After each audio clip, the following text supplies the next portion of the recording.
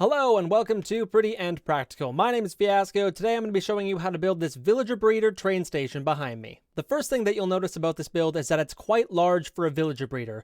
If you're familiar with villager breeders, they don't need to be this big. They're actually quite tiny in comparison. This build was designed largely to accommodate this style of train station. I got the design from this photo of an old Canada Rail station, which I thought was really interesting. Obviously, I had to scale it back a little bit for this build, but I think it turned out quite nice. You'll notice this build also has a lot of quartz involved, which can be really expensive in-game if you want to make this in survival. If you don't feel like grinding for quartz, this is the alternative I came up with. It's a more weathered version, and you can see I went really heavy with the aging on it with the vines and the bushes all around, but really the main difference here is that I replaced the quartz with polished diorite. The only thing that I didn't really want to swap out were these quartz pillars because diorite doesn't really have a good alternative to that. Now I'll show you how this actually works. So if we go in here, we have our little waiting area for passengers to wait for their train to come by. And in this back room, we have our villager breeder. Now back here, the villagers will fall from the top as a baby. They'll grow up down here and then we'll send them off with a minecart. Now, the babies aren't big enough to actually get into the minecart, which is how this filter works. So you can see I just put them in a minecart there, shoved them on their way, and then they go wherever you need them to. It's a very, very simple filter process, but it does work quite reliably. Now if we go upstairs, I'll show you where the villagers are actually bred. Come on, man. So this room up here houses all of our beds and the containment unit for our 2 breeding villagers. It's very simple, nothing too crazy here. Open this up, throw them some food, close it. In case of the rare chance of a baby villager spawning on there, he won't be able to get out. The baby villagers will be tricked by this trap door. They'll try to pathfind to their beds, fall down there, grow up, and then get ready for wherever you want to send them in the world. The first step in this process is to place your quartz blocks exactly like this, bearing in mind the open space at the bottom of the screen there is where the entrance to this building is going to be. This building is mainly symmetrical, with the main exception right now being that block missing in the top left corner. The next step is to take quartz bricks and place them inside of the quartz blocks like you see here. Those alcoves there that are filled with dirt right now can be filled with dirt or whatever else you want. Those won't be shown for the rest of the build. Then take 2 pillar quartz blocks and place them in those 2 bottom sections right there. The next step is to place brick blocks on top of all of those quartz bricks, with the exception of the alcoves. This is where you're going to want to jut in a little bit and place those brick blocks on top of the dirt or filler blocks that we had before. Make sure to leave out the 2 quartz bricks blocks in the front of the build by those pillars. Your build should now be looking something like this.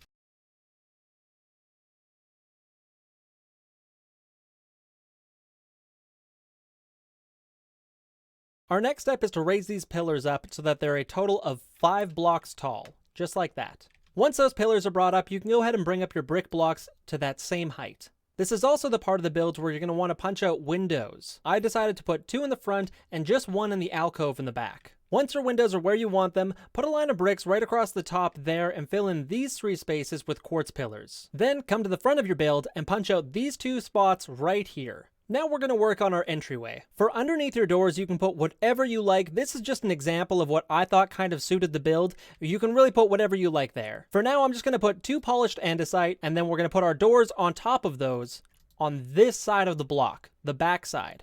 From here, we're going to take our quartz stairs and put 1 right there and 1 right there. And on the bottom side of these bricks, we're going to put a layer of stairs upside down and then another one underneath that. Then we're going to take our dark prismarine slabs, put them right there. And on top of those, we're going to put 1 and 2 levers to make it look like it's being held in place. Your entryway should now look like this from the back and this from the front. Now we're going to start working on our floor. The first thing we're going to do is punch out holes for our villagers to fall into.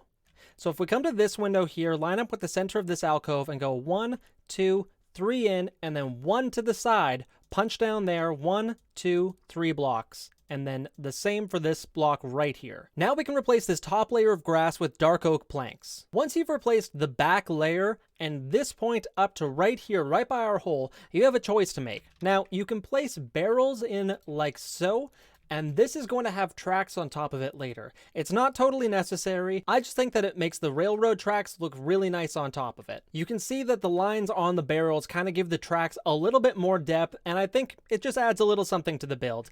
This is what it will look like without it. The barrels can kind of be a pain because they make the villagers turn to fishermen. That's totally reversible as long as you don't trade with them, so it's not a real problem, it's just a little bit more hassle. I'm gonna go with the barrels for now. Just bear in mind that these are directional when you place them, so you kind of have to get at a weird angle if you want them to be right. Whether you place the barrels or not, you are going to want to leave a little hole right here to put a redstone torch. That way when we put a powered rail on here later, it's going to light these up. Now all you want to do is come over here to our 3D pole, place a bucket of water, and then the foundation of our building is basically done. Now what we're going to want to do is begin the top floors of our build. So take your brick blocks and place another layer of it just like that, all the way across, this time filling in those alcoves and on top of them. Then we're going to bring our quartz pillars up one more each and fill in these spaces here with the quartz pillars going horizontally. At this point, your build should be looking exactly like this.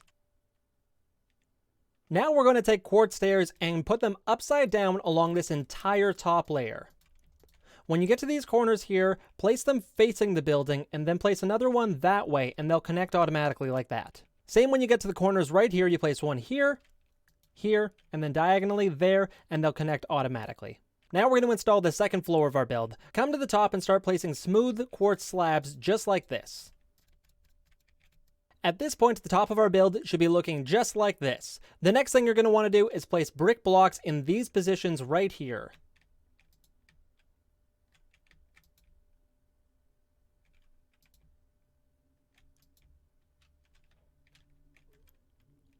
That will be the outline for our top floor. At this point, you can fill in brick blocks on this side right here and on this side right here.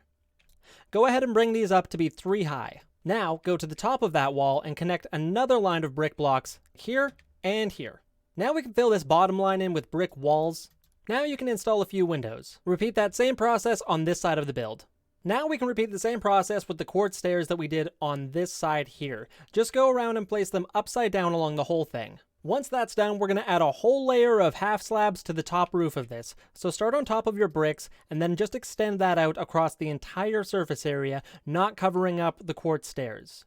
At this point, your build should be looking exactly like this, and the main shell of our build is almost complete. Now head over to the side of your build and place brick walls along these brick blocks here.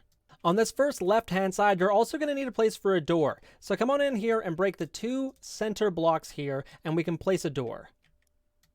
You also need to break out these slabs here, here, and here. At this point, the exterior of our build is completely done. Now we're going to install the interior wall of this build. Take your quartz pillar blocks and bring them all the way to the ceiling here. Now there's going to be a little gap. We're just going to fill that in with another quartz slab. In fact, you can fill in this entire layer with quartz slabs because it's going to need to connect to the ceiling regardless. Fill in the quartz pillar on the other side, and then we can move on to our bricks. We're going to fill the rest of this in with bricks, with the exception of this space here and this space here. Those are going to need to be tall enough for you, the player, and the villagers to be transported through. Once that's done, just pop a door down right there and that wall is done. Next, we're going to work on this little staircase design to bring us up to the roof. I like this design because it's compact. You can realistically put any staircase design that you want in this, or even just a ladder. It all works good. I like this one because you just have to hop onto the first carpet and the rest is automatic. So from here, we're going to take our spruce fence and bring them out 2, and then place a brown carpet on top of that one. Then we're going to add another spruce fence there, and there, there, and there. You can connect these in whatever way you like to make them a little more realistic, or you can leave them floating. Totally up to you. Then we just take brown carpet, put it there, there, there, oops, there, and there. At this point, your build might be getting a little spooky on the inside. Make sure to light it up appropriately for now until we can get to the decorative lighting later. Now we're going to add our little trapdoors / handrails to the top of this build. So you're going to want to take some oak trapdoors, place them here, here, and here temporarily, and then crouch and place them here, here, and here. Then get rid of these 3. Now you can open these up and leave them as handrails, or close them up for a more realistic effect with this ceiling. Next, you're going to want to come inside the build, over to this side, and then break out the very middle quartz brick here. Now we're going to install the rest of our villager breeder. So go upstairs and find that hole that you made earlier. Put glass here and here. This space here is where your villagers are going to sit. Bring the glass up to ceiling height here, here, here, but leave this one out. Place glass here, here, here, here, here, here, and here. Now we can put a trapdoor here and open it. Come over to this side and place another trapdoor here. That's where we're going to be throwing our food to the villagers. Now, before you close this up completely, you're going to need to get some villagers in here. It's honestly a huge pain in the butt no matter how you do it. It's always going to be a hassle. Try not to get frustrated while you do it. I like using minecarts the best. I think that it's the most accurate way to do it, to control them. Honestly, it is 100% always a struggle. So, good luck. I'm going to use an egg. 1 and 2. There we go. Now these guys should stay happy forever once they have beds. Speaking of beds, we can start installing them right now. So if you fill up this room with 1, 2, 3, 4, 5, 6, 7, 8, 9 on each side, it's going to be enough to really crank out villagers, but it shouldn't be enough to spawn iron golems. Lastly, once your villagers are in here, you're going to want to make sure this place is lit up adequately. You do not want mobs spawning in here. Once you want this villager breeder to be active, just open up that window and throw a bunch of food into them. They'll start throwing it back and forth, and they'll start working away right away. Now we need to get ready for the babies to start falling down into this hole. Now they might make it down there on their own, but we want to make sure. So go ahead and take some quartz slabs, put them right there, there, there, and then we're just going to build a little tiny tunnel down here with glass all the way down to player height.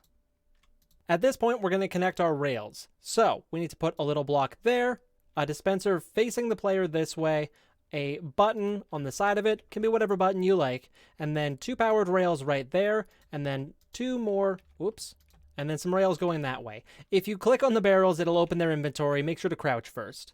Now, this is going to set it up so that you can put a cart down and then choose to fire it independently. If this dispenser was at ground level, it would automatically fire the cart off, which you don't always want because a villager doesn't always pop into the cart right away. Sometimes it takes a second or two, so you want the independent control just in case. Now we can open this dispenser up and throw a few minecarts in it. Now we can finish extending our rail all the way outside the building. We do want to leave these 3 here though for this powered rail. As you remembered, we put a redstone torch underneath one of these barrels before. That's just going to give the villagers a little extra oomph to get out of this building and the gate that we're going to put there eventually. Then we're going to finish placing our glass. Place 1 right there, and then 2 more right there. These spaces here make it so that our villagers can actually access the cart once it's placed on the rails.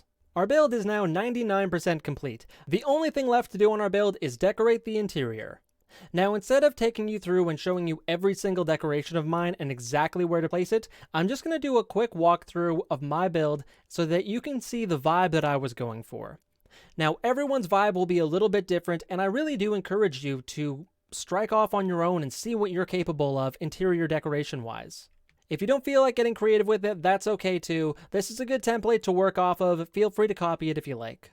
The one thing you are going to want to place though is this little gate right here. This just stops mobs from walking into your build. I don't think it'll stop little baby zombies though, so watch out for those guys. You might have to mob proof the outside of this build just a little bit. And don't worry about your villagers on carts when they go through here. They'll pass through this no problem. And there you have it, a pretty impractical villager breeder. I know it might be a little bit much for a villager breeder, but honestly, I wanted to have some fun with this one and really challenge myself on the design.